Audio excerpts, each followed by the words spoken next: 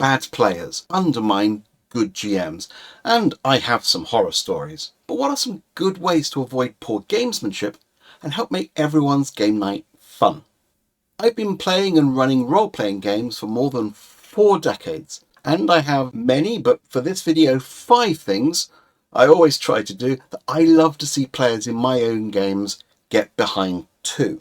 Before I start, I'm not going to talk about what is called main character syndrome. I have a whole video planned about that, as I think it's something that can be turned into a positive, rather than simply being an intractable hazard that requires GMs to boot players. If there's not a link to it in the description downstairs, then hit subscribe, keep your eyes peeled. You want to have fun. The other players do too. So there's no better way to do that than being a fun player. Here's 5 things that I try to do when I'm a player and the way that I encourage them when I'm GMing. They're not all always possible. In fact, the first one is one that some games make hard for you, and it's something that turns me off games as a GM. Sadly, it's not always apparent before we start that it's going to be an issue. Number 1, knowing my sheet. When I'm playing, I want to know what my character can do in the fiction and how I can achieve those things using the rules. This doesn't mean a simpler character sheet is always better. No. Actually, I think it does, but it's better because I don't want to be flipping through pages in a book because I only have, for example, the names of the spells I can cast. I don't want to pick my actions based on how much I'd hold up the game, so I do want to know my sheet. I'm currently running an impulse drive campaign. It's a lot of fun, but I've realised as it's gone on that the paperwork is just confusing. There's sheets and sheets of player handouts, all in tiny type, landscape format, not easily arrangeable. The characters have moves on their sheets too, plus the spaceship has moves on 2 sides of another sheet again, and if you have a move from another playbook as an advantage, that's another sheet, and there's another sheet for each character to have body modifications, another one each for the gear they have. It's too much. I'm loving the game, but I don't think this will be one I come back to when this campaign ends. So what I did was I gave in and made each of my characters a booklet of the common moves from the half-dozen sources, with the gear tags and the body mods too. To help players have their characters' capabilities at hand, I would recommend that GMs, we make our own handouts or spell cards. That way no one is having to flick or scan past things they can't do to get to the things that they can do, the things that make their character exceptional and fun to play. Number 2, first person isn't Marcus. We're not here to run a small units combat simulator, or at least I'm not. I'm here to have fun pretending to be someone else. Some people find this hard to do. Just as the GM is taking a lead on the role-playing, so we as players can back this up. I write down the other characters' names so I know who they're playing, and if I want to discuss our next move, I'll start by addressing them in character using their in-game names. A lot of games suggest the GM addresses the characters, not the players, so not "Simon, what do you do?" or even "Simon, what does Merryleaf do?" but instead go straight to "Merryleaf, what are you doing?" I certainly don't correct someone if they say Merryleaf is going to, or even my character is going to. But if I continue to speak to their character by name, and the other players start to do it too, it becomes the norm and they do join in. As a GM, I love the other players doing this because I feel it makes bringing someone anxious about putting on a voice or being a bit silly on board a much smoother process. Which brings me to number 3, speaking in character.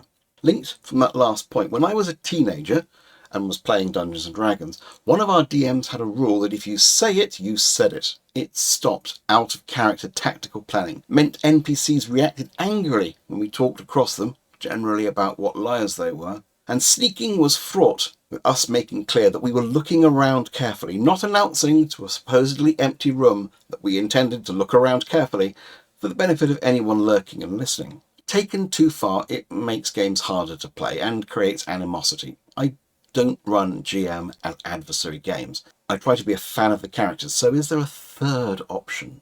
Yes. And if you've seen my video about NPC voices, you might be already able to guess it. Have a character voice, so it's clear when it's your character speaking aloud. It doesn't have to be an accent. It can be a face you pull, an inflection, or it can be as simple as saying something like, I lean in and clear my throat and say.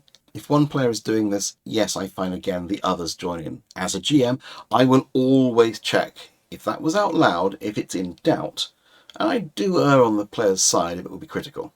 I might make a meal out of it to show how lucky they were this time. Number 4, and this is a difficult one for some people, fail with glee. The robbers decided not to make a plan, went to the casino, found everyone had inexplicably gone home for the day, leaving the vault unlocked, wheeled the money out and left. That would be a terrible no-fun heist movie and a very short one. So it's important to note that challenges and clawing back from the brink of disaster is actually great storytelling, whether that's due to poor planning or that 1d20 that hates us. Some GMs you might find pull their punches, having had experiences of players who have tantrums when things don't go all cream cakes and cherry soda. And some players get fixated on how they must win all the time and start to cheat their die rolls. As a player, I can help show a better way, which is to embrace my character's failures with gusto. I take damage, I'll say how I clutch the wound and continue on. I fail a social check, I'll suggest something that could be amiss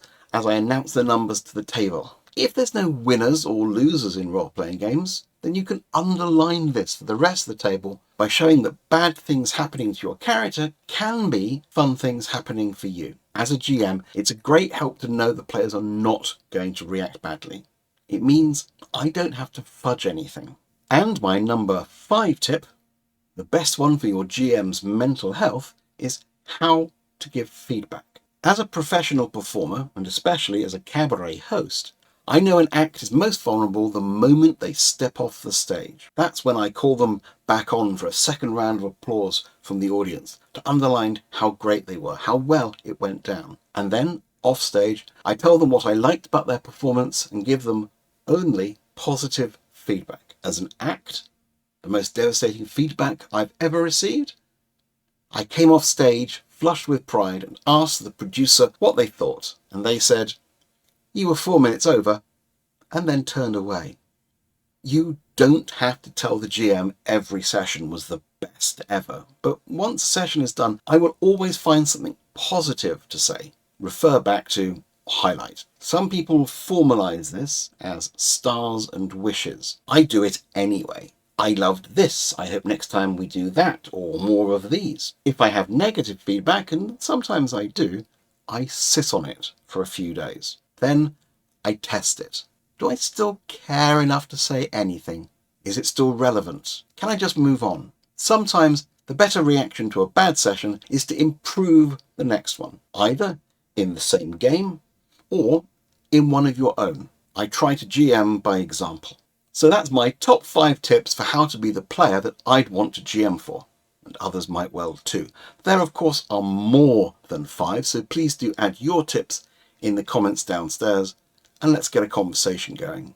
And if the idea of easy ways to do character voices, either as a GM or a player, sounds intriguing for you, then I have the perfect video for you, including the simplest way to give a character an accent if you can't do accents. You should watch that one next.